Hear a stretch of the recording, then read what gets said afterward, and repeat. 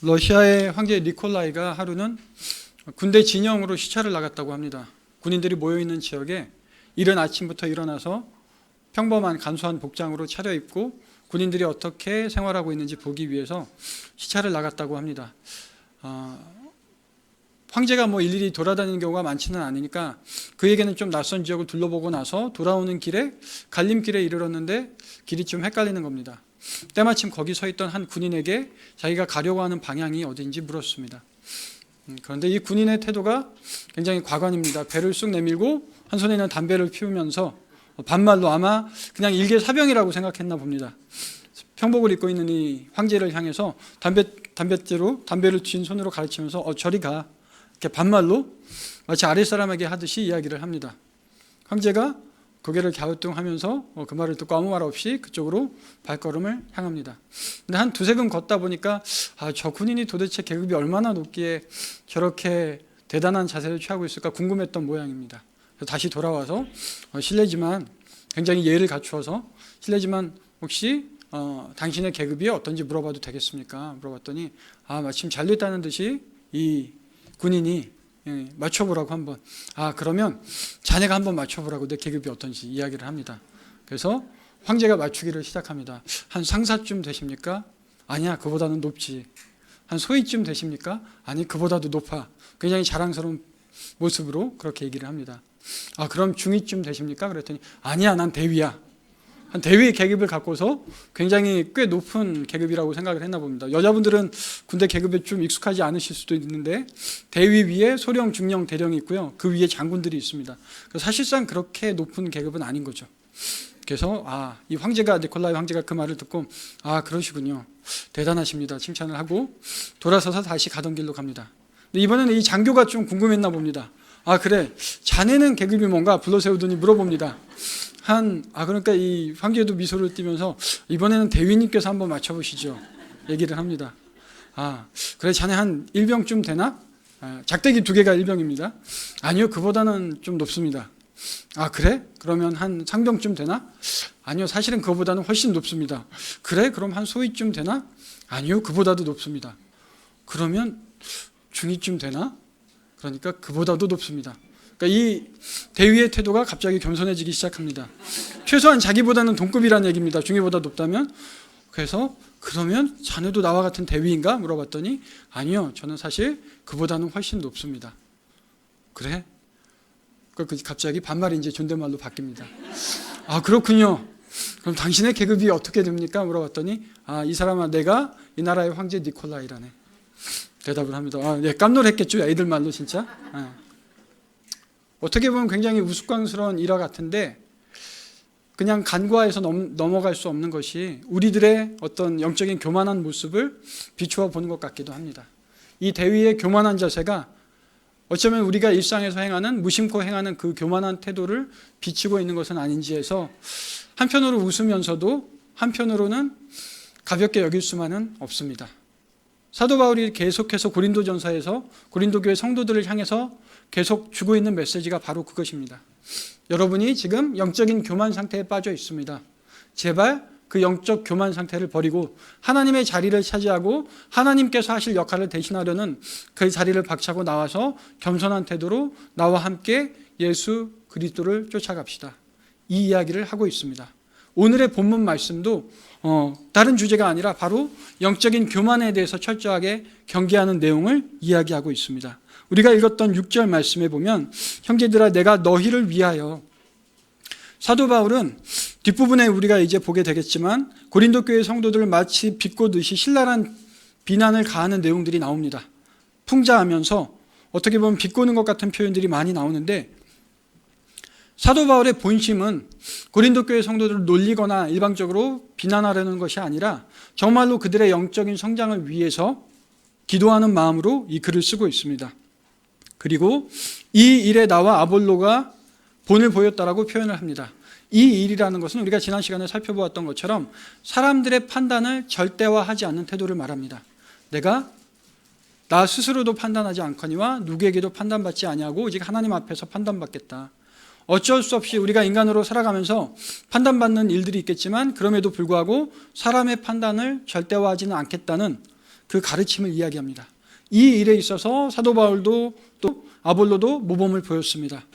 사역자들은 서로 결코 서로를 판단하거나 비판하거나 자신들의 기준에 비추어서 평가하지 않았습니다. 그런데 오히려 고린도 교회 성도들이, 어떻게 보면 성도라는 표현이 과연 적절한가 싶을 정도입니다. 그냥 교회만 왔다 갔다 했던 교인들은 아닌가 싶을 만큼 스스로 팔을 나누어서 평가하기도 하고, 심지어 바울과 같은 정말로 복음을 전하는데 헌신했던 지도자들을 비판하기도 합니다. 그 모습을 지금 사도 바울이 이야기하고 있습니다. 너희로 하여금 기록된 말씀 밖으로 넘어가지 말라 한 것을 우리에게서 배워 서로 대적하여 교만한 마음에 가지지 말게 하려 함이라. 말게 하려 함이라는 사도 바울의 목적이 고린도 교회 성도들로 하여금 서로 대적하거나 교만한 마음에 갖지 않도록 하려는 것이 그의 목적이고 의도였음을 이야기합니다. 절대로 이제 막 성장하고 있는 지어진 고린도 교회가 교만한 마음에 빠져서 서로 대적하지 않기를 사도 바울은 간절히 원하고 그것을 목적으로 삼았습니다. 그리고 말씀을 통해 가르쳤는데, 정작 고린도 교회 성도들, 교인들은 이 말씀 밖으로 빠져나가서 하나님의 말씀이나 바울의 가르침을 새기기보다는 세속의 지혜와 기준을 끌고 들어와서 서로를 평가하고 판단하고, 심지어 사도 바울과 같은 사역자들을 또 아볼로나 베드로와 비교하면서 평가하고 저울질하고 비난하기도 했던 것입니다. 그런데 7절 말씀에서 사도 바울은 다시 한번 되묻습니다. 누가 너를 남달리 구별하였느냐? 내게 있는 것 중에 받지 아니한 것이 무엇이냐? 내게 있는 것 중에 받지 아니한 것이 무엇이냐? 고린도 교회 성도들은 지금 그들이 분파를 나누어서 비난하기도 평가하는 그 복음 전파자들로 인해서, 바울과 게바와 아볼로로 인해서 복음의 메시지를 전달을 받았습니다. 그리고 그 복음의 씨앗이 떨어져서 이들이 영원한 죽음 가운데서 영원한 생명으로 얻는, 옮겨가는 구원을 받았고, 하나님의 자녀가 되는 특권을 얻었고, 또 하나님께서 허락하신 놀라운 영적인 은사들을 얻게 되었습니다. 그런데 이제 신앙생활을 한 1, 2년쯤, 3, 4년쯤 하다 보니까 마치 그것들이 원래 자기 스스로에게서 나온 것이냐, 우리가 이제 신앙생활을 웬만큼 경험해봤고 제대로 하고 있는 것 같고, 세속의 눈에 비추어서도 우리 교회가 그럴듯해 보이는 것 같고, 내가 교회에서 하고 있는 일들이 이제는 자리를 잡아서 웬만큼 안정적으로 흘러가니까 마치 이것이 우리 고린도 교회 성도들 자신들의 능력인 것처럼 착각하고 있었던 것입니다. 그래서 사도 바울은 묻습니다. 내가 받았은즉 어찌하여 받지 아니한 것 같이 자랑하느냐? 6절 말씀에서 사도 바울의 목적은 이들이 자랑하거나 교만하지 않고 또 그로 인해서 서로 대적하지 않는 것이 목적이었는데, 지금 고린도 교회의 현실은 이 모든 가르침을 잊고서 어느 순간 고린도 교회 성도들이 하나님께로 값없이 받은 모든 은혜를 깡그리 잊어버리고 마치 자기들의 힘으로 된 것처럼 교만하게 자랑하고 있습니다. 전혀 기대하지 않았던 결과에 직면해 있는 것이죠. 한마디로 영적인 교만 상태에 빠진 것입니다. 교만이란 무엇입니까? 실제 우리 자신의 모습이 있는데 우리 자신을 실제의 모습보다도 더 높은 것처럼, 대단한 것처럼 여기는 것이 교만입니다. 지금 고린도 교회 성도들의 모습은 우리가 이미 앞에서 여러 차례 살펴보았던 것처럼 영적으로 오히려 아직까지도 젖을 먹어야 하는 영적인 어린아이와 같은 상태입니다. 그런데 마치 우리가 성공하고 성장하고 다 이룬 것처럼, 대단한 지위를 차지한 것처럼 영적인 교만 상태에 빠져서 오히려 사역자들을 평가하고 있습니다. 사도 바울은 지금 이 부분에 대해서 이야기하고 있습니다. 너희들이 절대로 교만할 수 없는 위치인데 어째서 너희들보다 위에 계신 하나님을 바라보지 못하고 지금 세속의 기준을 끌고 들어와서 서로를 비교하고 평가하고 자신의 모습을 돌아보기보다 서로를 바라보면서 이런 교만 상태에 빠져 있는가라고 반문하고 있는 것입니다. C.S. 루이스가 이런 표현을 썼습니다. 교만에 대해서. 교만한 사람은 항상 다른 것들과 다른 사람들을 눈 아래로 본다. 그리고 계속 모든 것을 눈 아래로 보는 한 당연히 자기 눈 위에 존재하는 그 무언가를 볼 수 없다. 우리가 영적으로 교만해져서 한마디로 눈이 높아지면 굉장히 위험합니다. 마땅히 보아야 할 것을 볼 수가 없습니다. 우리 위에 계신 하나님을 바라보고 우리가 신앙인으로서 우리의 믿음을 가지고 하나님을 우러러 보면서 나아가야 할 터인데, 하나님 우편에 계신 예수 그리스도를 바라보아야 할 터인데, 십자가를 바라보아야 할 터인데, 위에 있는 것은 정작 보지 못하고 우리가 고개를 들어서 마치 우리가 높이 있는 것처럼 다른 사람들을 내려보기도 하고 다른 사람들을 평가하기도 하고 세상의 기준에 비추어서 내가 굉장히 높은 위치에 있는 것처럼 착각을 합니다. 그런데 사도 바울은 지금 고린도 교회 성도들이 바로 이런 영적인 교만의 상태에 빠져 있다라고 이야기를 하는 것입니다. 우리가 갖고 있는 재능과 은사들, 사실 그것들조차도 하나님께서 우리에게 허락하신 은사에 불과합니다. 우리가 지난 시간에 살펴보았던 것처럼 하나님의 집사, 예수 그리스도의 집사, 버틀러라고 하죠. 형직이라고 하는 말이 성경적으로는 더 우리에게 익숙할 것입니다. 하나님께서 맡겨주신 것을 맡아서 오히려 교회를 섬기고 하나님의 일을 이루어 나가는 데 사용해야 할 터인데, 이것이 마치 나의 것인 것처럼, 원래 내가 쥐고 있었던 것처럼 그것들을 가지고 교만한 행위를 하고 있는 것입니다. 그래서 사도 바울은 이제 신랄한 풍자를 통해서, 반어법을 사용해서 역설적인 풍자를 통해서 사도들의 상황과 그들의 섬김과 고린도 교인들의 교만해진 영적인 상태를 비교해서 보여줍니다. 8절 말씀입니다. 너희가 이미 배부르며 이미 풍성하며 우리 없이도 왕이 되었도다. 지금 고린도 교회 성도들은 영적으로 아직도 많이 먹고 성장해야 되는 상태인데 스스로 배부르고 풍성하다고 여기고 있습니다. 하나님의 자리에 앉아서 자신들이 마치 왕인 것처럼 착각하고 절대적인 평가를 하고 판단을 내리고 있습니다. 그런데 사도 바울은 이야기합니다.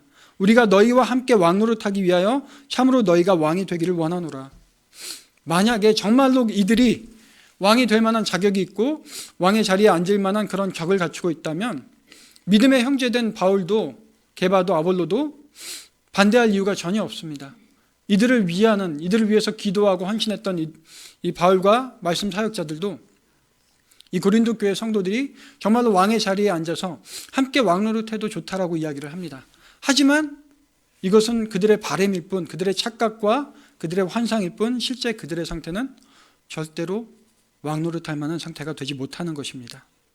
그래서 9절 말씀에 사도 바울이 이야기합니다. 내가 생각하건대 하나님이 사도인 우리를 죽이기로 작정된 자같이 끄트머리에 두셨음에, 9절 말씀은 내가 생각하건대로 시작을 합니다. 생각하는 대로 살지 않으면 사는 대로 생각하게 된다는 말이 있습니다.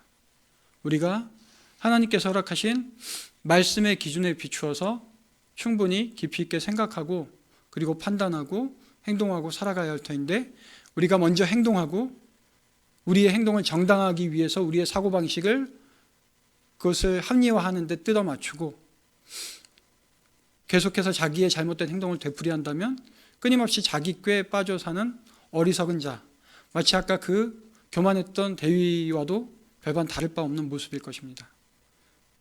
사도 바울은 그래서 먼저 생각하건대 우리들의 지금 처해 있는 상황을, 너희들의 영적인 현실과 우리들의 영적인 현실을 있는 그대로 한번 생각해 보자고 이야기를 합니다.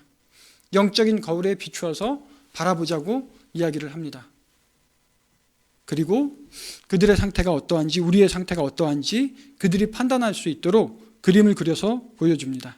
지금 사도들의 상태는 오히려 천사와 사람에게조차 구경거리가 되어버렸습니다. 사도 바울이 어땠습니까? 사도 바울도 세속적인 기준에 비추어서 한때 잘 나갔던 사람입니다. 누구보다. 가말리엘 문화에서 대단한 학식을 쌓았고 바리새파 중에서도 우두머리로서 크리스찬들을 핍박하는 일을 앞장서서 감당했습니다. 그것이 잘하는 일인 줄 알았고 세상에서 인정받는 일이라고 생각을 했습니다. 그런데 예수님을 만나고 나서 그가 다시 한번 생각해 보니, 그가 깨닫고 나니, 그가 다시 한번 새로 깨닫게 된 하나님의 기준에 비추어서 생각해 보니 자신이 믿고 있었던 그 세속적 기준과 지혜가 얼마나 어리석은지 깨닫게 된 것입니다. 그래서 그의 모든 삶의 방식이 바뀌어서 이제는 예수 그리스도가 보여주신 그 표준을 따라서, 그 기준을 따라서 생각하기 시작하고 판단하기 시작하고 자신의 삶의 방식을 바꾸기 시작했습니다. 그리고 그 결과로 정말로 세상적 기준에서는 이제는 오히려 별 볼 일 없는 사람, 집도 없이 정처 없이 떠돌면서 변방에 이제 새로 시작되는 작은 신흥 종교를 전하는 그저 무명한 자에 지나지 않는 상태가 되었습니다. 사람들에게도 천사들에게도 구경거리처럼 되었다라고 사도 바울은 고백을 합니다. 이것은 자신의 고백이라기보다는 사람들의 눈에 비친 자신의 상태에 대해서 이야기를 합니다. 그리고 10절 말씀에서 이야기하기를 우리는 그리스도 때문에 어리석고 약하고 비천한데 너희는 오히려 그리스도 안에서 지혜롭고 강하고 존귀하구나. 정말로 이렇다는 것이 아니라 정말 이렇게까지 말하는데도 너희 고린도 교회 성도들이 못 알아듣느냐? 사도 바울은 안타까운 심정에서 이들을 신랄하게 평가하고 있는 것입니다. 그리스도 안에서 여전히 영적인 어린 아이, 제대로 걷지도 못하는 이런 상태에 있는 고린도 교회 성도들이 스스로 지혜롭다고 여기고 강하다고 여기고 마치 존귀한 자처럼 이야기를 합니다. 반면에 사도 바울의 그 볼품없는 말솜씨와 볼품없는 외모를 보고 사회적으로 볼 때 가난하기 짝이 없는 그의 형편을 보면서 심지어 그의 사도직조차 의심하는 교인들이 있었습니다. 그래서 우리는 너희들의 눈에 비친 우리는 어리석고 약하고 비천할 뿐이라고 이야기를 합니다. 이것은 철저하게 세상의 기준에 비추어서 세속적인 기준에 비추어서 바라보았던 것입니다. 헬라 문화는 지혜를 숭상하고 우리가 여러 차례 보았던 것처럼 굉장히 화려한 문화였습니다. 그 당시에 마치 오늘날의 선진국 어디와 견주어도 뒤떨어지지 않는 그런 문화였습니다. 그런 문화에서 비추어 볼 때 사도 바울의 모습이 얼마나 볼품이 없었겠습니까? 그는 천막 제조업자로 일을 했습니다. 여러분 잘 아시는 것처럼 성도들에게 부담을 주지 않기 위해서 복음을 전하면서 스스로 손으로 천막을 지어서 생계를 꾸렸습니다. 그 당시 헬라 문화에서 손을 사용해서 일을 하는 것은 노예들이나 하는 일로서 여기고 굉장히 비천한 일로 여겼습니다. 그러니 사람들의 눈에 비친 사도 바울이 여러모로 참으로 볼품없고 비천했을 것입니다. 어찌 사도 바울뿐이었겠습니까? 예수님의 제자들의 상태를 보아도 최초의 순교자였던 세베대의 아들 야고보는 최초의 순교자가 되었습니다. 바울도 나중에 보면 나오겠지만 이 편지를 썼던 바울도 전설에 의하면 네로 황제 때 십자가에 거꾸로 박혀서 죽었다라고 합니다. 베드로도 역시 십자가에 못 박혀서 죽었습니다. 안드레는 지금 이 서신을 받고 있는 고린도 지역에서 가까운 아가야에서 역시 십자가의 처형을 당했습니다. 그나마 준수했던 제자가 바로 요한복음과 요한계시록을 썼던 요한이 그나마 죽지 않고 반모섬으로 유배당하는 벌을 받았습니다. 최상의 제자들이 겪었던 사도들이 겪었던 최상의 형벌이 그나마 나았던 형벌이 섬으로 유배당하는 것이었습니다. 그러니까 영적인 지도자들, 말씀을 전하는 사역자들은 정말로 세상의 기준에서 비추어 볼 때 버려진 것처럼 끄트머리에 있는 것처럼 그런 삶을 살고 있는데 지금 영적인 교만 상태에서 마치 왕노릇하고 싶은 유혹에 빠진 고린도 교회 성도들은 180도 다른 모습을 하고 있는 것입니다. 정말로 신앙의 본질이 무엇인지, 하나님의 주권이 어디 있는지, 영적인 세계가 무엇인지를 깨닫지 못한 채 세속의 기준을 교회 안으로 끌고 들어와서 오히려 세속의 기준으로 교회를 평가하고 있었던 것입니다. 이 잘못된, 이 주객이 전도된 상황을 사도 바울은 이렇게 풍자해서 묘사했던 것입니다. 11절, 12절, 13절 말씀에 우리가 방금 나누었던 사도들의 또 말씀 사역자들의 더 구체적이고 생생한 현실이 나와 있습니다. 바로 이 시각까지 우리가 줄이고 목마르며 헐벗고 매맞으며 정처가 없고 사도 바울은 선교 사역을 감당하기 위해서 정해진 거처도 없이 이 도시 저 도시로 떠돌았습니다. 주님의 휘페레테스, 우리가 지난 시간에 살펴보았던 군함의 가장 밑바닥에서 지휘관의 명령에 따라서 그저 묵묵히 노를 저어야 하는 그들의 생사를 모두 지휘관에게 맡긴 채, 그리고 방향과 속도조차도 지휘관에게 맡긴 채 그저 시키는 대로만 할 수밖에 없는 그런 주님의 휘페레테스로서 살아오고 있습니다. 머리 둘 곳도 없고 노예의 신분이나 마찬가지입니다. 유일한 희망은 인간 지휘자라면 편협하기도 하고 부당하게 노예들을 부리기도 하고 핍박할 터인데 정말로 감사하게도 이 바울이 따르고 있는 예수 그리스도는 인간이 아니라 그저 편협하고 이기적인 인간이 아니라 사랑하는 사람들을 위해서 자신의 목숨까지도 내어줄 수 있는 누구보다도 의롭고 공평하신 절대적인 분이십니다. 그러기에 내가 비록 노예의 신분처럼 따를지언정 따를 만한 가치가 있는 분이었기에 예수 그리스도의 명령을 쫓아서 이 사역을 감당하고 있습니다. 12절 말씀입니다. 또 수고하여 친히 손으로 일을 하며 모욕을 당한 즉 축복하고 박해를 받은 즉 참고 비방을 받은 즉 권면하니. 스스로 천막을 지어가며 일을 할 뿐만 아니라 모욕을 당하고 박해를 받습니다. 이쯤 되면 아무런 누리는 것도 없고 아무런 세상적인 기준에 비추어서 이익이 될 만한 것이 아무것도 없고 그저 핍박과 모욕과 비난뿐인데 왜 이 일을 감당해야 되겠습니까? 당장 오늘이라도 때려치우는 게 맞을 겁니다. 대부분의 평범한 사람들이라면 정말 자포자기하는 심정으로 물러섰을 상황입니다. 사람들과 천사에게조차 모든 세상 사람들에게조차 버려진 자처럼 보였던 것이 바울을 비롯한 말씀 사역자들의 현실이었습니다. 우리가 존경에 맞이하는 12사도들의 현실은 결코 그렇게 대단하고 화려한 것이 아니었던 것입니다. 그런데 여기서 끝나면 마치 예수 그리스도의 십자가처럼 여기서 끝나면 절망뿐일 텐데 12절 하반부와 13절에서 왜 드라마에 등장하는 반전이 등장을 합니다. 모욕을 당한 즉 축복하고 박해를 받은 즉 참고 비방을 받은 즉 권면하니 우리가 지금까지 세상의 더러운 것과 만물의 찌꺼기같이 되었도다. 모욕을 당하는데 축복을 합니다.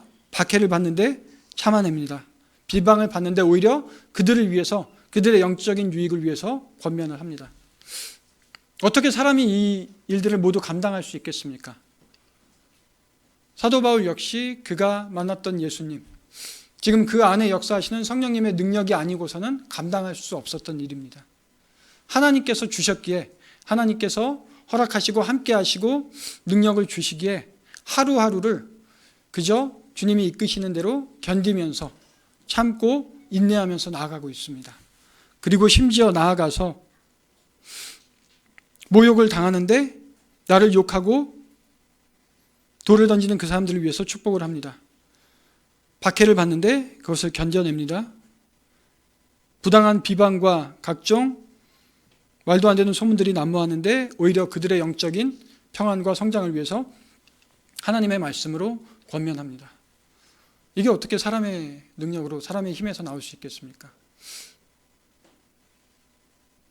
오늘날 한국교회의 모습을 보면서 우리 고린도 교회 성도들의 모습이 과연 그들만의 모습인지, 오늘날 한국교회의 모습을 비추어 보면 오히려 그보다 덜하면 덜했지, 더 심하면 심했지, 안 좋은 면에서 덜하지는 않을 것 같습니다. 사실 여기서는 사도 바울이 고린도 교회 성도들을 향해서 이야기하고 있지만 저를 비롯해서 말씀을 전하는 오늘날의 목회자들을 바라보면 사실은 오히려 성도들보다 목회자들이 더 부끄러운 모습들이 많이 있습니다. 과연 그들만큼 사도 바울이나 베드로나 아볼로만큼 우리가 그만큼 말씀을 사랑하고 묵상하고 연구하는지, 우리가 그만큼 헌신하는지, 우리가 그만큼 정말로 순수한 열정으로 우리에게 맡겨진 양떼들을 향해서 준비하고 있는지 돌아보면 차마 고개를 들지 못할 지경입니다. 한국 교회가 이 지경이 된 것은 사실은 대부분의 성도들보다는 한국 교회의 목회자들이 또 영적인 지도자들이 장로와 권사 직분을 맡은 교회의 지도자들이 철저히 회개하지 못하고 반성하지 못하고 영적인 교만한 상태에 빠져서 세상의 지혜를 가지고서 세속의 기준으로 오히려 교회를 평가하려고 하고 이 영적인 교만 상태를 벗어버리지 못하고 우리의 눈이 너무나도 높아져 있기 때문이 아닌가 생각을 하게 됩니다. 그리고 성도들도 그런 모습을 보는 성도들이 어떻게 영적인 성장을 이룰 수 있겠습니까? 사도 바울이 몸바쳐서 이 당시의 목회자들이 이렇게 하나님 눈에 부끄러움 없이 당당할 만큼 헌신을 했는데도 불구하고 고린도 교회는 지금 이 지경에 있습니다. 사도 바울의 간절한 기대와 소망과는 달리 영적인 교만 상태에서 빠져나오지를 못하고 오히려 점점 더 심해지고 있습니다. 그런데 만약에 우리 한국교회에서 목회자들과 지도자들이, 우리 장로님과 권사님들이 겸손하지 못하고 회개하지 못하고 기도하지 못한다면 오늘날의 한국 교회는 고린도 교회보다도 더 소망이 없을 것입니다. 100년 전에 평양에서 불었던 우리 한국사에서 길이 남는 기독교사에서 길이 남는 세계 대부흥운동은 평양 대부흥운동은 철저한 회개로부터 시작이 되었습니다. 그리고 성경이 가장 경계하는 것도 영적인 교만입니다. 인류가 왜 타락을 했습니까? 사탄이 하와가 가지고 있었던 그 교만한 틈을 파고들었습니다. 이 선악과만 따먹으면 내가 마치 하나님처럼 하나님만큼 될 수 있다라고 이야기를 합니다. 하와도 솔깃해서 그 말도 안 되는 이야기에 넘어갔습니다. 어떻게 하나님의 손으로 지어진 피조물이 창조주 하나님과 같이 될 수 있겠습니까? 절대로 불가능한 일인데 하와는 어처구니 없게도 사탄의 꿰매 빠져서 그 영적인 교만함을 버리지 못하고 영적인 교만함으로 인해서 아담까지 똑같이 교만한 상태에 빠지게 만들고 에덴 동산에서 결국엔 쫓겨나는 상태가 되었습니다. 하나님과 함께 거닐었던 그 친밀한 관계가 깨지고 이제 수고하고 힘써서 일해야 하고 해산해야 하는 고통을 안게 되고 전 인류에게 죄라는 가장 끔찍하고 고질적인 병폐를 안겨주었습니다. 이것이 영적 교만의 결과였습니다. 그래서 성경은 누누이 다른 그 무엇보다도 영적으로 교만한 상태에 대해서 철저하게 경계하도록 이야기를 합니다. 그리고 오늘 사도 바울도 우리 고린도 교회 성도들이 빠져있는 영적인 교만한 상태야말로 정말로 우리가 경계해야 할 위험한 상황임을 이야기하고 있습니다. 우리가 살아가면서 이제 여러분들 아마 한 7, 80년 살아오시고 저도 어떤 분들은 저를 30대로 보시는 분들이 간혹 계셔서 굉장히 감사하긴 한데 네, 다들 어처구니 없다는 표정을 지으시는데 네, 간혹 그런 분들이 계십니다. 네. 또 금방 이렇게 교만해지지 않습니까? 근데 우리가 뭐 80년을 살아도 100년을 살아도 과연 우리의 삶에 대해서 다 이해할 수 있겠습니까? 삶이 뭐다라고 단호하게 이야기하실 수 있겠습니까? 우리는 삶에 대해서도 죽음에 대해서도 알지 못하고 또 10개의 물속은 알아도 1개의 사람 속은 모른다고 내 옆 사람의 마음, 사실은 내 자신조차도 제대로 모를 때가 많습니다. 당장 내일 무슨 일이 일어날지도 알지를 못합니다. 그런데 우리는 그 영적인 교만한 상태에 빠져서 마치 내가 다 아는 것처럼 조금만 방심하면 그 영적 교만 상태로 돌아가는 우리의 모습을 발견하게 됩니다. 그리고 이 교만함이 교회를 병들게 하고 교회를 갈라지게 만듭니다. 그리고 이 교만함은 사실은 사랑하지 못하기 때문에 우리 안에 생겨나는 것 같습니다. 우리가 사랑하면 오래 참고 인내하고 겸손하고 나보다 상대를 더 귀하게 여길 텐데 기독교는 사랑의 종교이고 예수님은 사랑 때문에 이 땅에 오셨는데 우리가 사랑이 사라지고 오히려 세속적 지혜와 우리의 교만함이 자리를 잡기 시작하면 용서하고 긍휼하기보다는 판단하고 비판하게 되고 품기보다는 밀쳐내게 되고 연합하기보다는 갈라지게 되는 것 같습니다. 그래서 사도 바울은 영적인 교만을 버리고 우리가 너희들을 위해서 사랑의 마음으로 지금 간구하는 것처럼 다시 한번 영적인 겸손의 상태로 영적 거울에 비친 우리 고린도 교회 성도들의 모습 그리고 우리 자신의 모습을 바라보도록 요구하고 있습니다. 우리도 오늘의 말씀에 비추어서 우리 신도본 교회의 모습은 어떠한지 나의 모습은 어떠한지 한국교회의 모습은 하나님이 보여주시는 영적인 거울 앞에서 과연 얼마나 자신할 수 있는지 한번 돌아보는 시간이 되었으면 합니다. 잠언 16장 18절에서 19절 말씀은 이렇게 이야기합니다. 교만은 패망의 선봉이요 거만한 마음은 넘어짐의 앞잡이니라. 겸손한 자와 함께하며 마음을 낮추는 것이 교만한 자와 함께하여 탈취물을 나누는 것보다 나으니라.